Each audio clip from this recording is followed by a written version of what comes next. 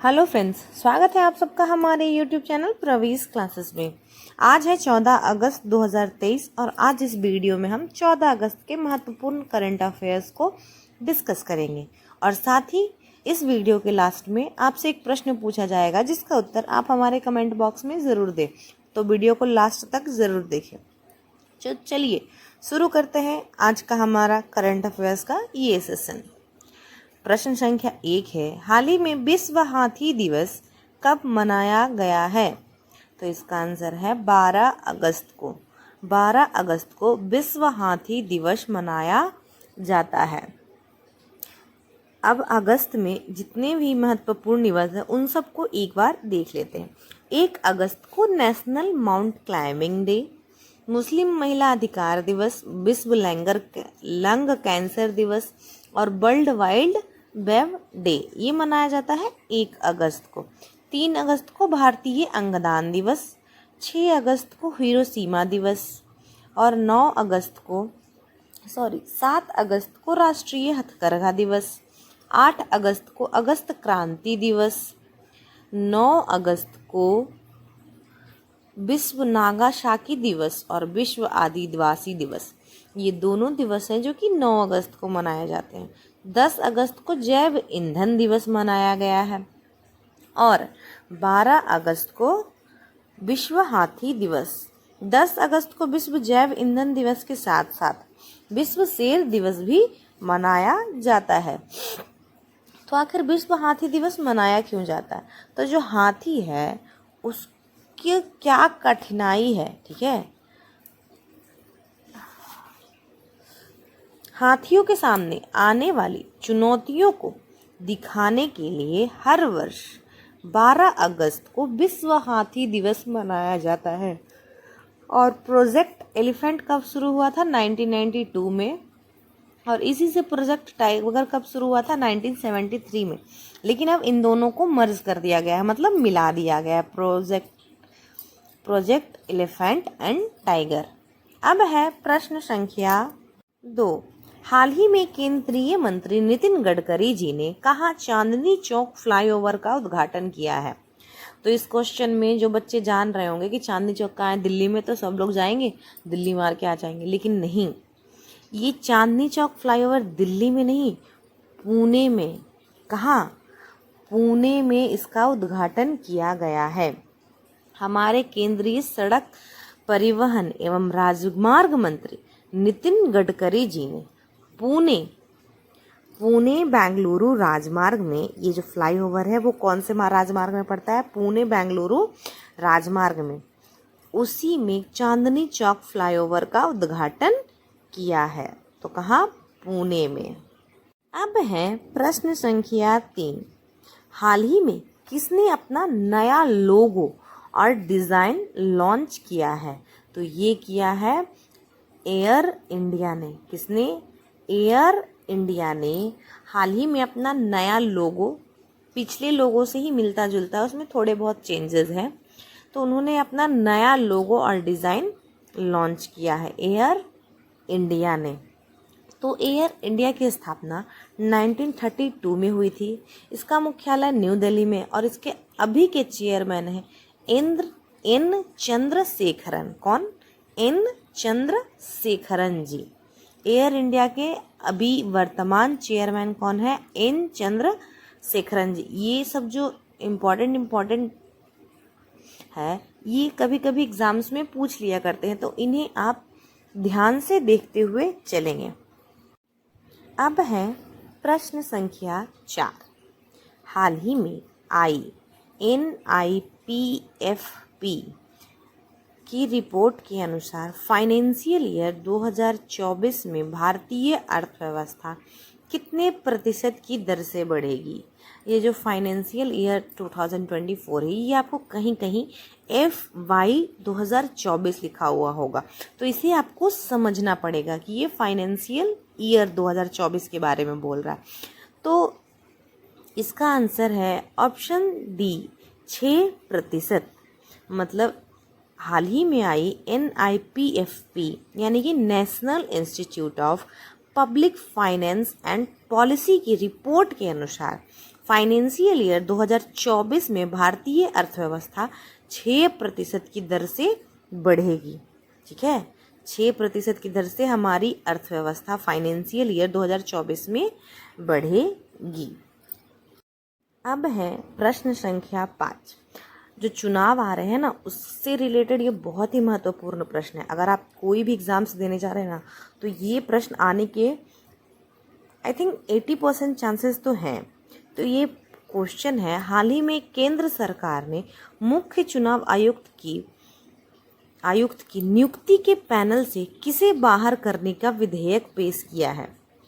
फिर से सुन लीजिए, हाल ही में केंद्र सरकार ने मुख्य चुनाव आयुक्त की नियुक्ति के पैनल से किसे बाहर करने का विधेयक पेश किया है। तो जो मुख्य चुनाव आयुक्त की नियुक्ति होती है ना, उसमें कौन कौन होते हैं। सबसे पहले तो ये क्वेश्चन आता है, तो उसमें प्रधानमंत्री होते हैं, विपक्ष के नेता होते हैं, कैबिनेट मंत्री होते हैं, और एक CJI यानी कि चीफ जस्टिस ऑफ इंडिया होते हैं। और इन्हें ही बाहर करने के लिए केंद्र सरकार ने एक विधेयक पेश किया है। अब आप खुद सोचो, प्रधानमंत्री होंगे, विपक्ष के नेता होंगे, कैबिनेट मंत्री होंगे, और चीफ जस्टिस ऑफ इंडिया होंगे, जो कि न्यूट्रल होते हैं, ना विपक्ष के होते हैं ना पक्ष के होते हैं, ये न्यूट्रल होते हैं।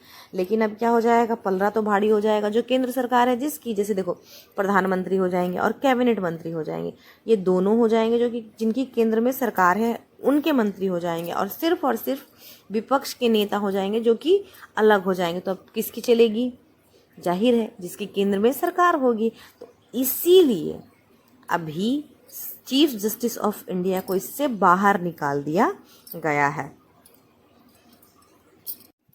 अब है प्रश्न संख्या 6। हाल ही में राष्ट्रीय प्रशिक्षुता संवर्धन योजना यानी कि नेशनल अप्रेंटिस प्रमोशन स्कीम में प्रत्यक्ष लाभ हस्तांतरण का शुभारंभ किसने किया है। तो इसका आंसर है ऑप्शन डी, हमारे केंद्रीय शिक्षा मंत्री धर्मेंद्र प्रधान जी ने राष्ट्रीय प्रशिक्षुता संवर्धन योजना में प्रत्यक्ष लाभ हस्तांतरण का शुभारंभ किया है। किन्होंने, केंद्रीय शिक्षा मंत्री धर्मेंद्र प्रधान जी ने। अब है प्रश्न संख्या 7। हाल ही में नेहरू ट्रॉफी बोट रेस का 69वां संस्करण कहाँ होगा। तो इसका आंसर है ऑप्शन बी, केरल के अलापुझा में नेहरू ट्रॉफी बोट रेस का 69वां संस्करण होगा। एक नेहरू ट्रॉफी होता है और एक नेहरू कप होता है। तो जो नेहरू कप है वो हॉकी से संबंधित है, याद रखिएगा। नेहरू कप किससे संबंधित है, हॉकी से, और नेहरू ट्रॉफी किससे संबंधित है, तो बोट रेस से। तो अब इस बार का बोट रेस कहाँ होगा, अलापुझा केरल में। तो केरल की राजधानी हो गई तिरुवनंतपुरम।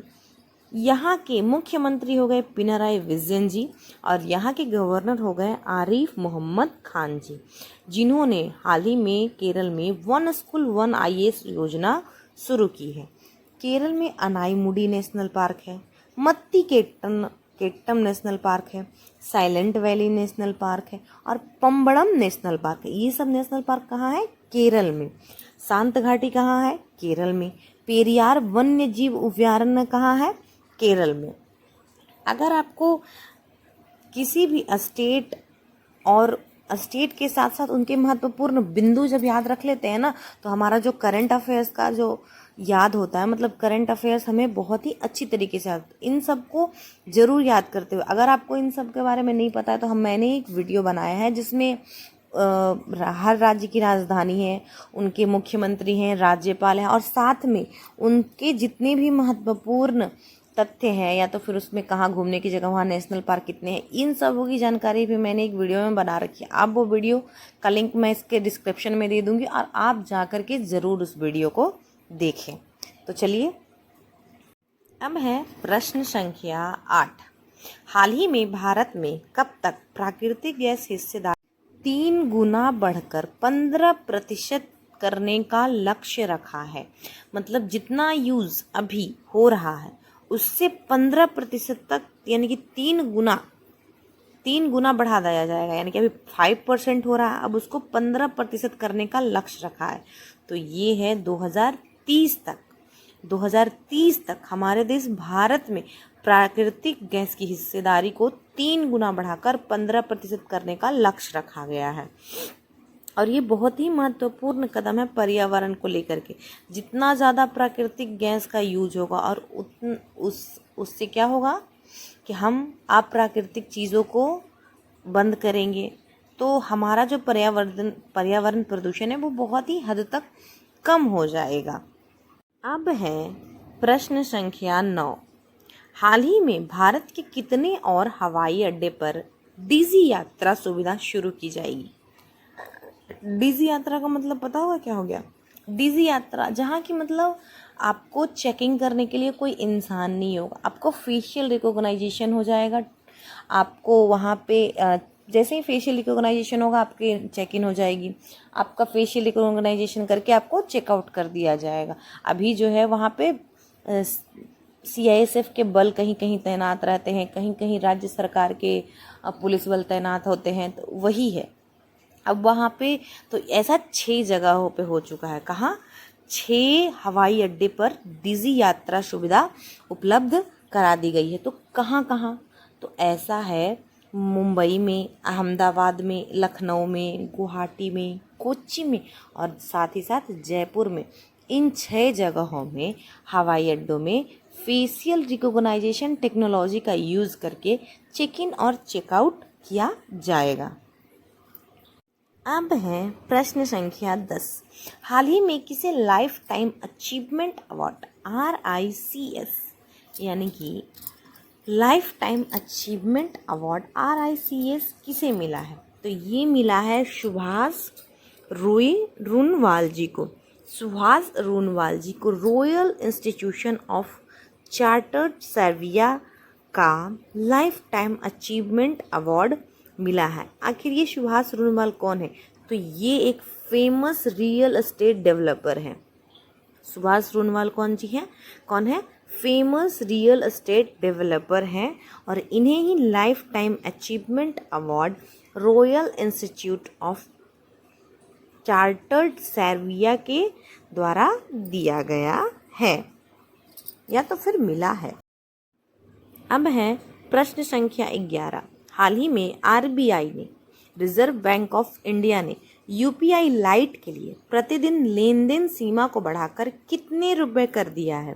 तो इसका आंसर है ऑप्शन डी, 500। RBI ने UPI लाइट के लिए प्रतिदिन लेन देन की सीमा जो कि पहले 200 थी, अब उसे बढ़ाकर 500 कर दिया। ये ऑफलाइन थी। ऑफलाइन आप 200 का ट्रांजैक्शन कर सकते थे, अब इसे ही बढ़ाकर 500 कर दिया है। और ऑनलाइन जो है UPI लाइट का जो ऑनलाइन है, ऑनलाइन लेन देन, उसे जितना था उतना ही रहने दिया गया है। बस जो ऑफलाइन सीमा थी उसे 200 से बढ़ाकर 500 रुपये तक कर दी गई है। अब है प्रश्न संख्या 12। हाल ही में सेबी यानी कि security and exchange board of India ने IPO लिस्टिंग में लगने वाले समय को घटाकर कितने दिन कर दिया है? तो पहले IPO लिस्टिंग में 6 दिन लगते थे, अब उसे घटाकर 3 दिन कर दिया गया है। तो सेबी यानी कि security and exchange board of India, ठीक है, इन्होंने 6 दिन IPO लिस्टिंग में 6 दिन लगने वाले समय को घटाकर 3 दिन कर दिया है।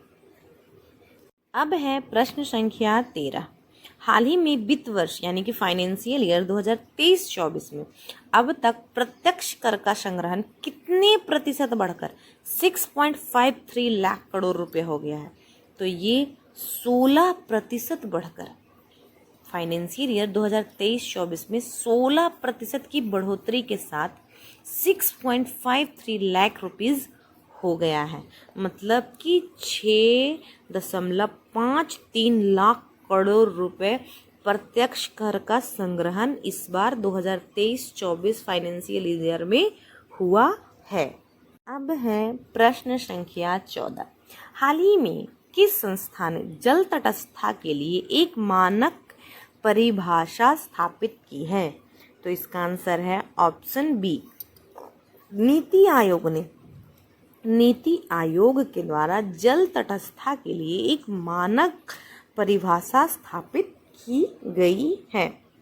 नीति मतलब national institute of transforming India.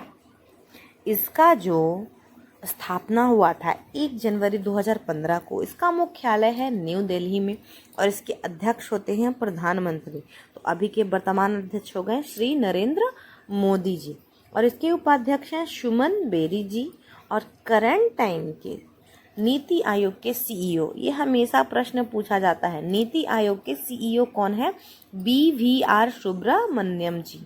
BVR Subramaniam ji. 2 question बहुत ही इंपॉर्टेंट है जो हमेशा किसी भी एग्जाम्स में पूछे जाते हैं। पहला, चीफ जस्टिस ऑफ इंडिया कौन है? दूसरा, नीति आयोग के सीईओ कौन है? ये सब जो महत्वपूर्ण करंट अफेयर्स है ना, वो हर एग्जाम्स में आपसे पूछ ही लिया जाता है। तो इन सबों को आप हमेशा अपने माइंड में रखेंगे। अब है प्रश्न संख्या 15। हाल ही में प्रधानमंत्री मोदी ने कहाँ G20 भ्रष्टाचार विरोधी मंत्रिस्तरीय बैठक को संबोधित किया है? तो इसका आंसर है ऑप्शन बी, कोलकाता में। हमारे प्रधानमंत्री मोदी जी ने वीडियो कॉन्फ्रेंसिंग के थ्रू G20 भ्रष्टाचार विरोधी मंत्रिस्तरीय स्तरीय बैठक को संबोधित किया है। तो कहाँ? कोलकाता में। कोलकाता में। पिछली वीडियो में मैंने आपसे एक प्रश्न पूछा था, हाल ही में किस देश की राजधानी दुनिया की सबसे प्रदूषित राजधानी बन गई है? तो इसका आंसर है ऑप्शन ए, इंडोनेशिया की राजधानी जकार्ता दुनिया की सबसे प्रदूषित राजधानी बन गई है। ठीक है, इसका आंसर आप सभी लोगों ने सही दिया था और आशा है आप सब करंट अफेयर्स के सेशन को हमेशा ध्यानपूर्वक देखें। अब आज के वीडियो का प्रश्न है, हाल ही में किस राज्य सरकार ने मुख्यमंत्री सौर मिशन शुरू किया है? हाल ही में किस राज्य सरकार ने मुख्यमंत्री सौर मिशन शुरू किया है? इसके 4 ऑप्शंस आपको दिए गए हैं। अगर आपको इसका उत्तर पता है तो आप हमारे कमेंट बॉक्स में ज़रूर कर दें और ज़्यादा से ज़्यादा लोगों के पास इस वीडियो को शेयर करें ताकि वो भी इस महत्वपूर्ण जानकारी को देख सकें। अगर आपको हमारा ये वीडियो पसंद आया हो तो लाइक ज़रूर करें। अगर आप हमारे चैनल पे नए हैं तो सब्सक्राइब ज़रूर करें और साथ ही साथ बेल बटन भी ज़रूर दबाएं, जिससे मैं जो भी करंट अफेयर्स की वीडियोस डालूँ सबसे पहले आपके पास उसका नोटिफिकेशन जाए। तो आज का करंट अफेयर्स का सेशन यही समाप्त होता है। अगर आपको हमारा ये वीडियो पसंद आया हो तो लाइक करें, अगर नहीं पसंद आया हो तो डिसलाइक करें और क्यों नहीं पसंद आया ये कमेंट में ज़रूर बताएं। Thank you, thanks for watching.